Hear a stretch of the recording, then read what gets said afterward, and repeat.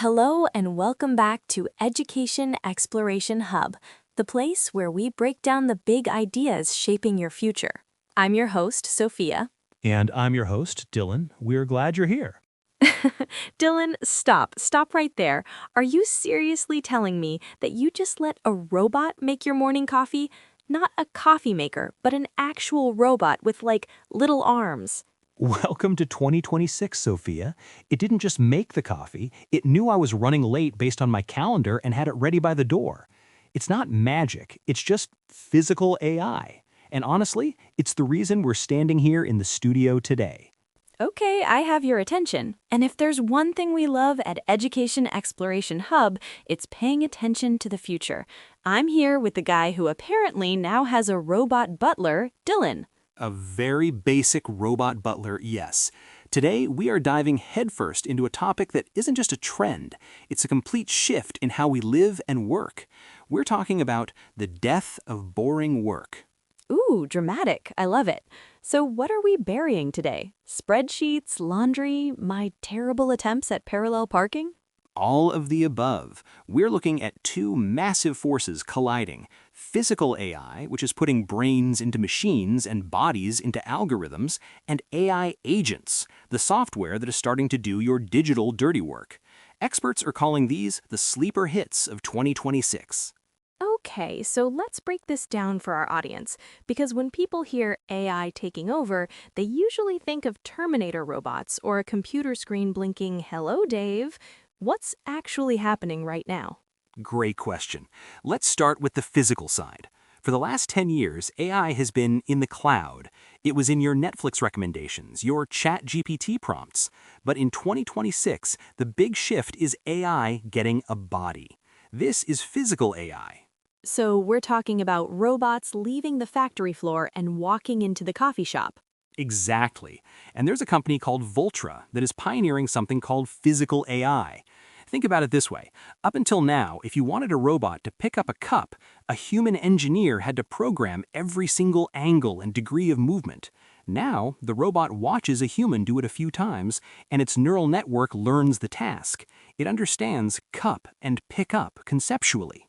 Wait, so it's not just repeating a motion, it's actually adapting. So if I handed a mug instead of a paper cup, it doesn't just crush it?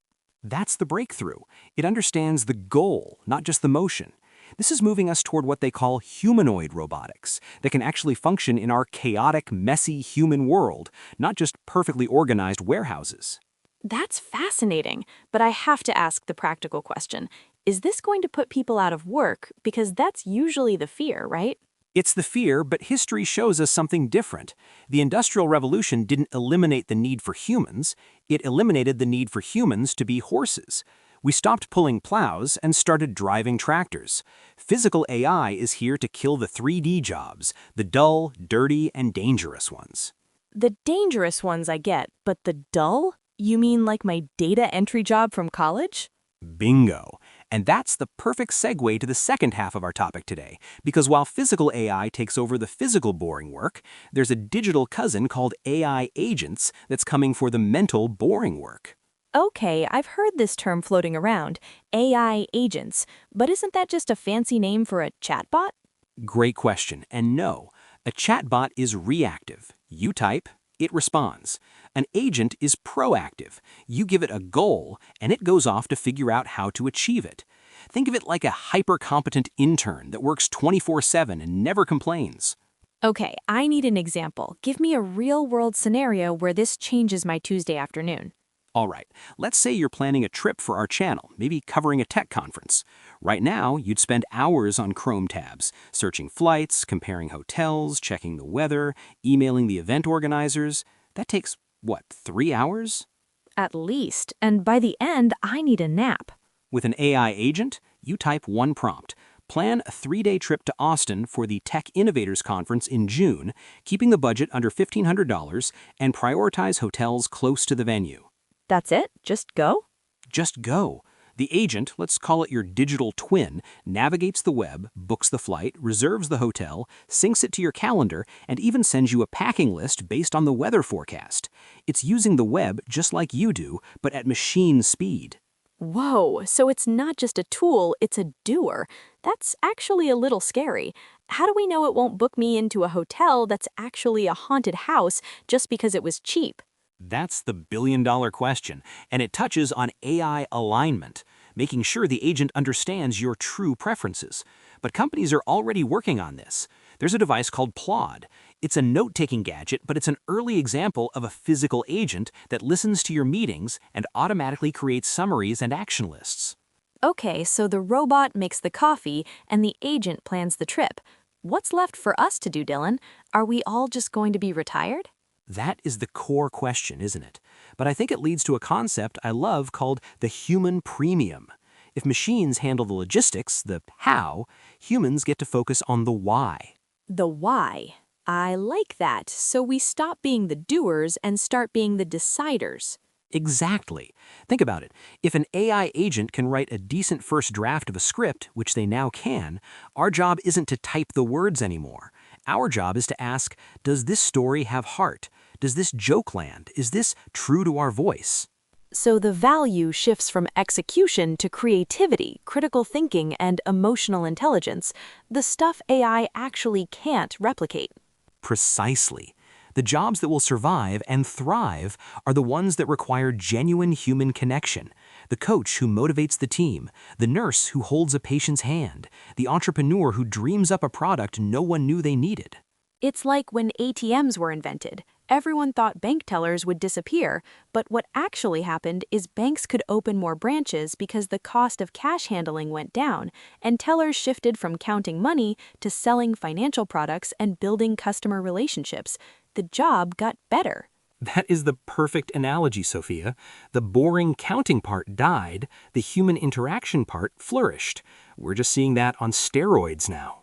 Okay, so for our listeners at Education Exploration Hub, the students, the professionals, the curious minds, what do we do with this information? How do we prepare for a world with physical AI and agents? Actionable advice. Number one, start using the tools right now. You don't need to understand how the engine works to drive the car. Play with the advanced AI models. Let them write your boring emails for you. Get comfortable with delegating to a machine. Build that muscle of oversight. Learn to be a good manager of your AI intern. Yes. And number two, double down on your soft skills. Communication, persuasion, empathy, leadership, these are your job security. I also read about this interesting trend that sort of parallels this. There's a company called Voltra that's making these focus pouches, caffeine and supplements marketed to top performers at places like Goldman Sachs and Facebook. Right, the cracked-out friend's secret weapon, as some podcasters put it. Exactly, but it speaks to a hunger. If the machines are doing the drudgery, humans are going to look for ways to optimize themselves to keep up with the machines. It's a little ironic. We're using nootropics to focus so we can manage the AI that is supposed to make our lives easier. It shows that the human desire to improve, to perform, doesn't go away.